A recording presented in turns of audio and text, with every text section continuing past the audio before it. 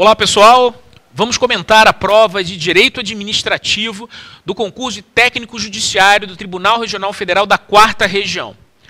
Antes de iniciar o comentário das questões propriamente ditas, eu quero deixar um depoimento aqui que considerei essa prova da Fundação Carlos Chagas muito atípica.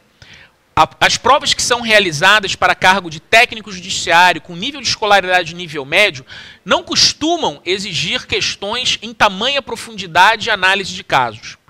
Posso dizer que a prova de Direito Administrativo, como algumas outras disciplinas, realmente estavam muito além do nível esperado para um concurso de nível médio, para um cargo de técnico judiciário e para questões realizadas pela Fundação Carlos Chagas.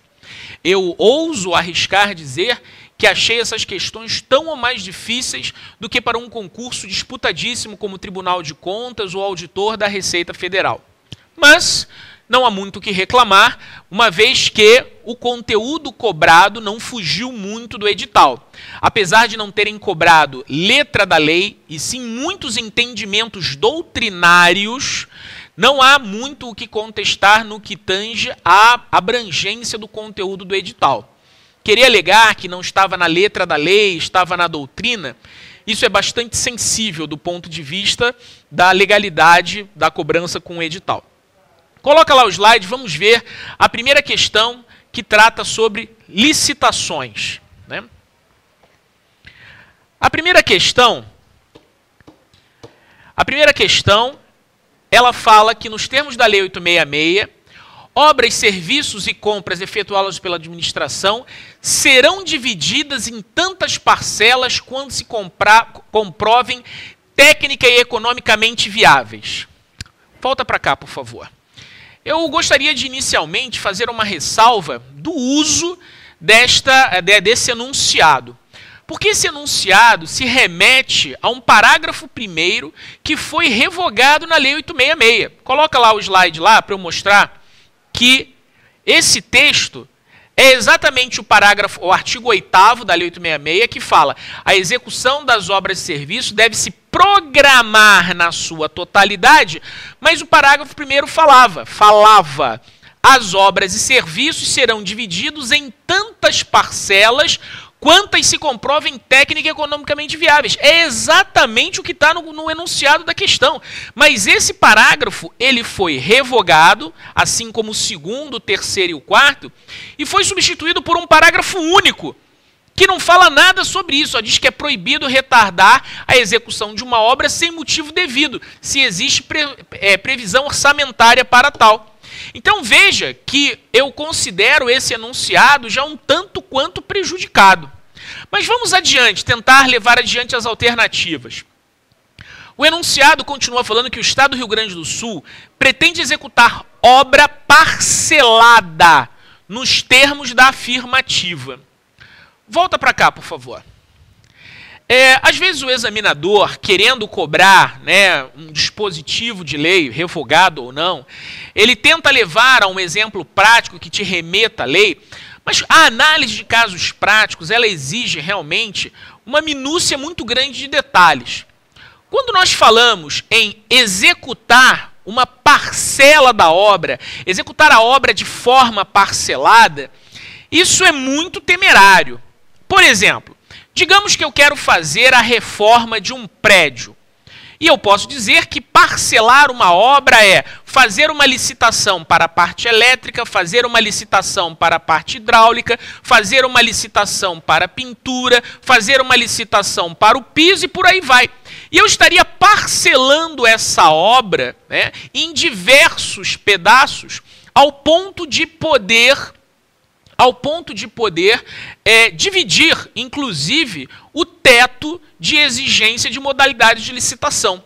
Como vocês sabem, até determinado nível é dispensável a licitação, aí a determinado teto é exigido o convite, a partir daí é obrigatório a tomada de preço, a partir de outro teto é obrigatório a concorrência, né? E isso, às vezes, na administração pública, é feito de forma indevida para poder burlar. É o que os órgãos de controle costumam chamar de fragmentação de despesa.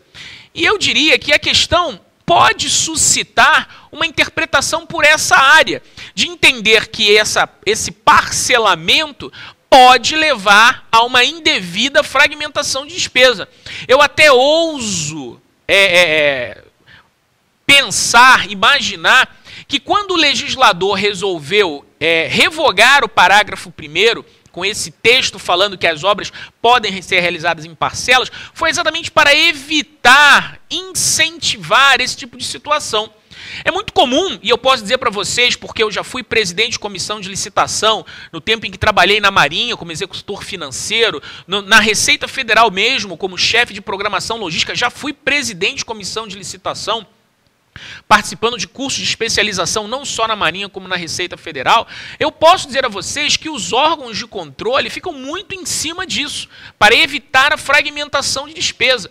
E que às vezes, né, é mais indicado, né, os órgãos de controle indicam fazer uma licitação, contratar uma empresa vencedora, que se for o caso de um serviço especializado dentro da obra, que essa empresa não realiza, ela subcontratar. E havia previsão no edital para essa subcontratação de um serviço ou outro. Mas deixar o contrato, a responsabilidade de uma empresa só. Então vejam como é uma questão muito subjetiva. Eu particularmente, talvez esteja elucubrando, até por toda a experiência que tenho, mas eu digo que a questão ela é comprometida nesse sentido, de interpretar o que é contratar parcelas da obra. Obviamente que quando você tem a obra da construção de uma Vila Olímpica, você contrata uma empresa para poder fazer um prédio, uma empresa para fazer um ginásio, uma empresa para fazer a piscina, uma empresa para fazer as ruas de acesso comum. Aí é uma outra história, até porque todos são elementos, e aí para poder fugir dessa história da fragmentação de despesa, obrigar que a modalidade de licitação seja a maior ou a prevista para o projeto como um todo, é uma das formas de se evitar esse risco. Mas, de qualquer maneira, eu considero humildemente que essa questão ela é temerária do ponto de vista de gerar esse tipo de confusão. Vamos às alternativas, por favor. Coloca lá as alternativas. Marcos, coloca as alternativas lá, por favor. Estúdio. Marcos, coloca lá. Isso. Letra A, né?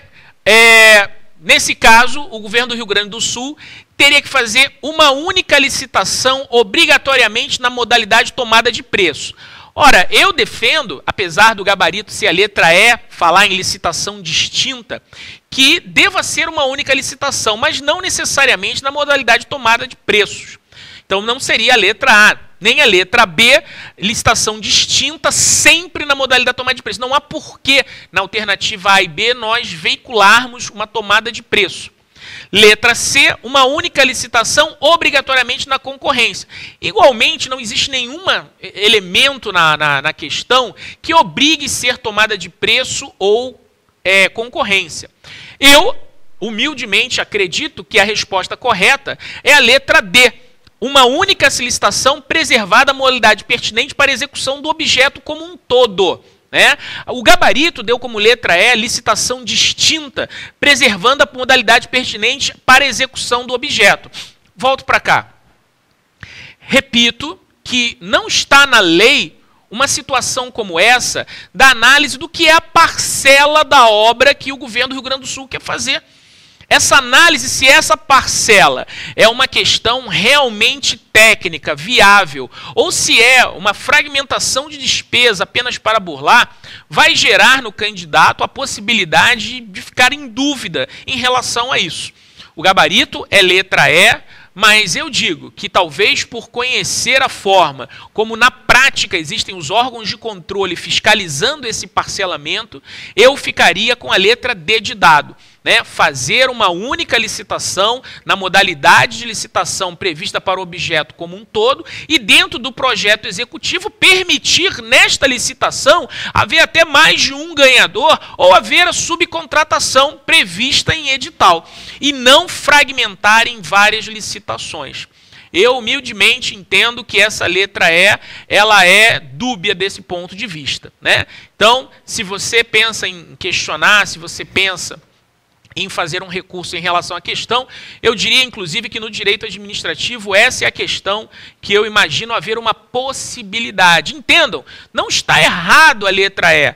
né? Eu apenas digo que não há elementos que permitam um julgamento preciso, né? Pelo aspecto de estarmos falando de um parcelamento de obras. Mas o que é esse parcelamento? Não está no enunciado e nem teria como ter toda uma explicação, um entendimento do que é esse parcelamento. Tá? Mas, obviamente, isso que eu estou falando para vocês é um assunto altamente aprofundado e que não faz sentido nenhum ser cobrado dentro de uma prova de técnico judiciário. Ok? Coloca lá a próxima questão, por favor.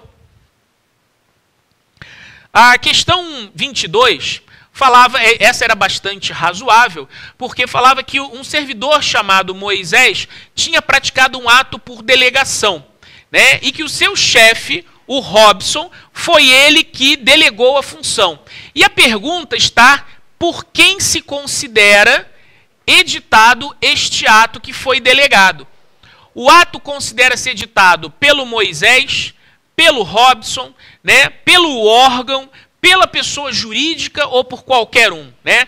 Esse daí se resolve facilmente pela leitura do artigo 17 da Lei 9784, que diz que as decisões adotadas por delegação considerar-se-ão editadas pelo delegado. Então, por isso, o gabarito é o Moisés, ele é o delegado, ele recebeu a delegação. Então, se ele praticou o ato, consideram-se editadas pelo delegado, sem maiores problemas nessa questão. A questão 23 era uma questão que falava sobre a licença para tratar interesse particular de um servidor, e esse servidor, ele estava exercendo, durante a licença para tratar interesse particular, estava exercendo gerência de sociedade privada. Então, a questão é admissível um servidor que está em licença para tratar interesse particular participar da gerência da sociedade ou não, né? A resposta você consegue pelo artigo 117 da Lei 812, que estabelece que é proibido ao servidor participar da gerência ou administração de sociedade. É proibido. É proibido. Entretanto, o parágrafo único desse artigo 117 fala que esta vedação do inciso 10 de participar da gerência não se aplica a quem está no gozo de licença para o trato de interesse particular. Logo, quando um servidor está em gozo de licença para tratar de interesse particular, ele pode sim exercer a gerência da sociedade privada. Por isso que a resposta dessa questão é a letra C. É admissível na situação narrada. É o gabarito, né? O servidor em licença para tratar de interesse particular pode sim exercer, desde que observado, como diz lá, a legislação sobre conflito de interesses. Eu não posso sair do Tribunal Regional Federal e gerenciar uma empresa que tem interesses conflitantes com a atividade do Tribunal Regional Federal. Ok? A questão 24, uma questão que falava sobre controle da administração pública. E era uma questão que falava sobre o controle legislativo e o controle administrativo, né? O controle administrativo, que é dividido entre tutela e autotutela. O que é a autotutela? A autotutela é quando a administração direta faz a fiscalização dos próprios atos dos seus órgãos. E tutela é quando a administração direta faz o controle administrativo das entidades da administração indireta. Então eu até diria que essa questão ela tinha um facilitador para você resolver, que era o inciso 2, que falava do controle administrativo sobre órgãos da administração direta. Porque aí você vê que você já ficava com a letra B, que falava em autotutela, você riscava a letra A, que falava em tutela, que seria sob a administração indireta à tutela, e não é o caso, né? E você ficaria também com a letra D de dado, que é a autotutela. Você risca a A, a C e a E. Então, o que nós precisávamos saber era se era um controle legislativo de natureza política ou se era um controle legislativo de natureza financeira, né? Então, é bom você entender que quando o Senado convoca um ministro, já fica claro que é um controle legislativo. A questão só é se era um controle de caráter político ou de caráter financeiro. E aí fica óbvio na sua leitura aqui que, como o ministro foi convocado para dar informações sobre demarcação de terras indígenas, não há que se imaginar que seria um controle legislativo de caráter financeiro, né? Mas sim um controle legislativo de caráter político, ok? E aí, por isso, o gabarito fica sendo a letra C de casa. Controle legislativo de natureza política e controle administrativo interno decorrente do poder de autotutela. Essa foi a questão 24. A questão 25 é uma questão que estava também literal na lei. Ela falava sobre o pregão, né? E esse pregão, o vencedor não celebrou o contrato dentro do prazo de validade. O que deve ser feito pelo pregoeiro quando o vencedor não celebra o contrato dentro do prazo? Diz lá o inciso 23 que se o licitante vencedor convocado dentro do prazo não celebrar o contrato, aplicar-se-á o disposto no inciso 16, que é exatamente o pregoeiro analisará as ofertas subsequentes e a qualificação dos licitantes na ordem de classificação. Ou seja, se o primeiro lugar não aparece para assinar o contrato, eu pego e assino o contrato do segundo lugar, né? Que é a hipótese, deixa eu ver aqui, da letra A. O pregoeiro examinará as ofertas subsequentes e a qualificação deles, para assim sucessivamente até a apuração de uma oferta que atenda em edital, sendo então respectivo licitante declarado como vencedor. Então o gabarito está correto, não temos o que discutir. Letra A, de acordo com a Lei 10.520. E por último, uma questão que falava sobre revogação de atos discricionários. Então falava que um servidor público, Tales, tinha praticado um ato discricionário. E esse ato discricionário tinha sido alvo de um recurso, né? E que Tales, depois do recurso ter sido protocolado, resolveu revogar este ato. Tá? Nessa situação, volta para cá. Nessa situação, eu quero esclarecer que não existe na Lei 9784, que regula os processos administrativos, nenhum dispositivo que regule matéria como um tal. Mas na doutrina, e não é qualquer doutrina, por isso eu acho essa questão bastante complexa, em algumas doutrinas lista-se quais os atos que não podem ser revogados, por motivos que essa doutrina entende como lógicos. Não que exista algum impedimento em lei, não podem ser revogados, né? Alguns desses realmente faz todo sentido. Não falar em revogar atos que já preencheram todos os seus efeitos, já produziram todos os seus efeitos, atos vinculados, né? Vamos botar aqui a lista dos atos aqui. Coloca lá, estúdio, por favor. Segundo a doutrina, né, alguns autores estabelecem que não podem ser revogados, por exemplo, os atos vinculados. Afinal de contas, se eles cumpriram os requisitos da lei, não é a conveniência e oportunidade que irá desfazê-los. Não podem ser revogados os atos que já geraram algum direito adquirido, porque se o ato tem um direito adquirido, não é a conveniência que pode retirar esse direito, apenas a ilicitude. Não podem ser revogados os atos que já exauriram seus efeitos, porque como a revogação é só para frente, não retroativa, então não há que se falar em revogar um ato que não produz mais efeitos, já produziu todos. Ainda a doutrina lista que não podem ser revogados os atos que fazem parte de um encadeamento de um procedimento, ou seja, você não pode revogar por mérito, né? Um elo de uma cadeia, a não ser que fosse para anular. Não podem ser revogados os chamados meros atos administrativos, o que alguns autores até nem consideram atos administrativos, porque são atos da administração pública. E por fim, que é a justificativa da questão da prova, não é cabível a revogação de atos quando já não é cabível, quando já se exauriu a competência da autoridade que o editou.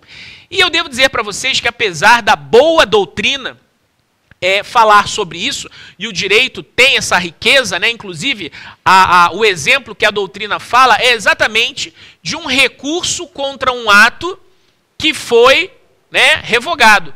Então, provavelmente, a questão da prova, ela foi atrás dessa doutrina, volta para cá, por favor, ela foi atrás dessa doutrina para poder se embasar para a questão. Conheço o livro, conheço o autor, e com o devido respeito, eu devo dizer até que acho que isso não é uma verdade absoluta.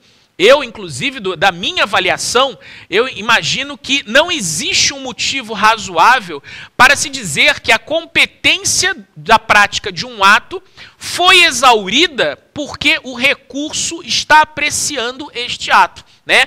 A Lei 9784, ela é clara ao dizer que a autoridade superior pode sim revogar o ato do seu subordinado, desde que seja sua área de competência. E a questão da prova também não fala. Né? Não lembro de ter visto a questão da prova mencionar que era competência da autoridade superior. Não é qualquer autoridade superior que pode revogar um ato se não for da sua competência. Pode analisar o recurso, mas pode não ter competência para a prática e revogação do ato. Tudo bem.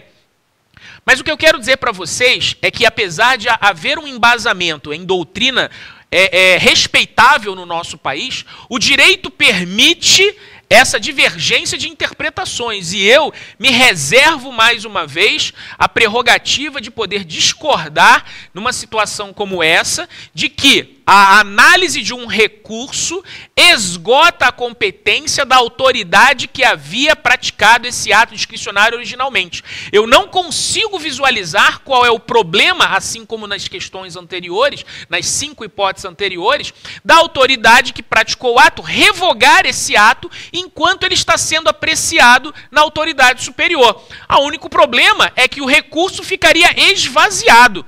Como é que o recurso vai ficar se o ato que estava sendo combatido, né, está sendo revogado?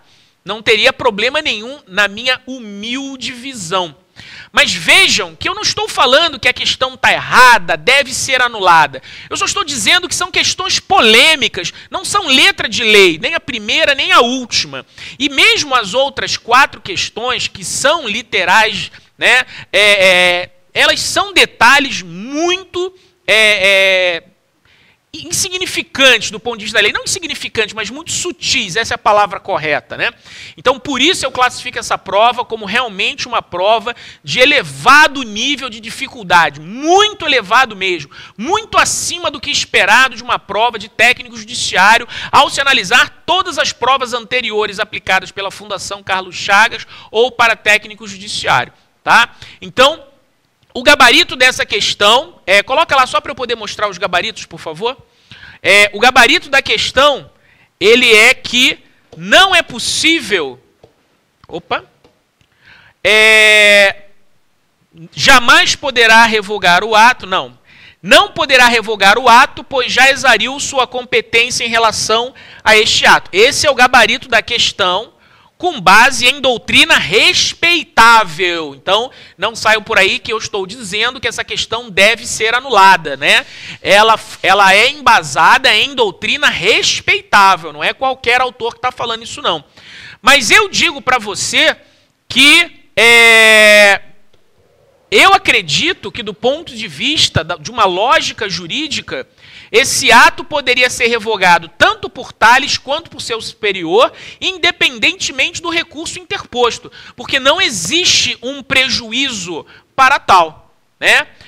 Então, se tivesse na prova, mesmo sabendo do conhecimento do que existe na letra D de dado, né, que é a doutrina entender que exauriu-se a competência quando existe um recurso, eu, no foro de uma discussão, de um congresso, eu contestaria a lógica da doutrina que defende que se exaure o efeito, a competência de quem pratica um ato apenas porque esse ato está sendo analisado em recurso.